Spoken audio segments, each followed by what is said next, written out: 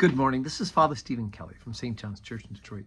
And we're continuing our series of daily morning meditations where we generally look at one or another of the lessons that are assigned for morning or evening prayer, what is known as the Daily Office Lectionary. Today for Tuesday, let's take a look at the second lesson that's assigned for morning prayer from the Epistle of St. James. We're already on chapter number 5, beginning at verse 12.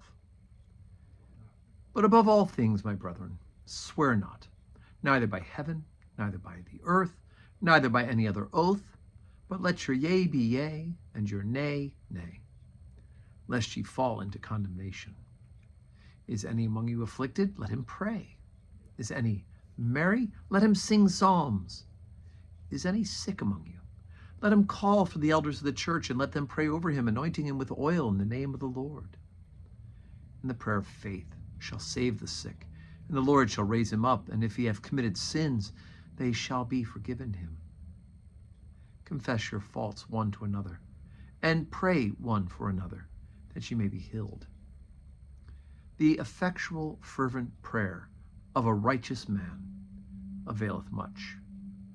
Elias was a man subject to like passions as we are, and he prayed earnestly that it might not rain, and it rained not on the earth by the space of 3 years and 6 months. And he prayed again, and the heaven gave rain, and the earth brought forth her fruit.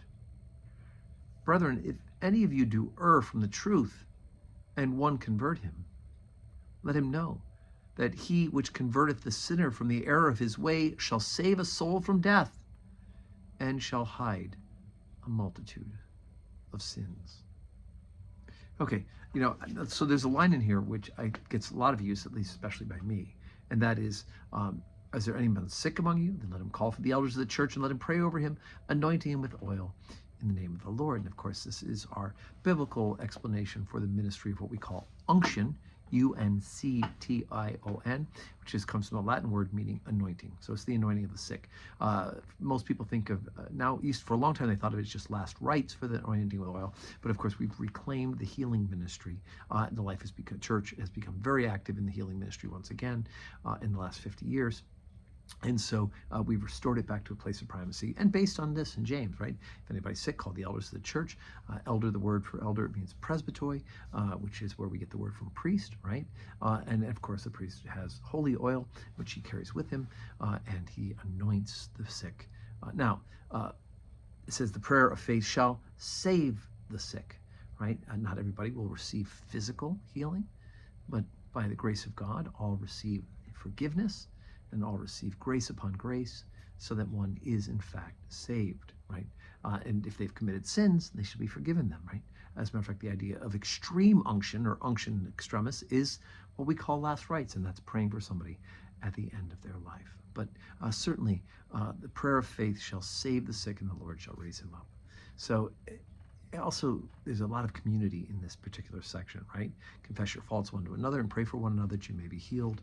And the effectual, fervent prayer of a righteous man availeth much. So it is the work of the church to pray for each other, right? To ask God to help each other and to confess our faults to each other so that we can be prayed for and be assured of God's forgiveness, which in a very specific way can be the ministry of auricular confession, right, in the ear of the priest, or it could be in a sense of a communal keeping of accountability one to another as we work our way through this life of faith and grace. So today is Tuesday. We have 12:15 Holy Communion, 4 o'clock evening prayer. Hope you can join us in person. If not, take a visit here on this live stream. And you know what? If something here strikes you, share it on your social media and let others know about it as well. And may God give you a Tuesday that is full of blessings.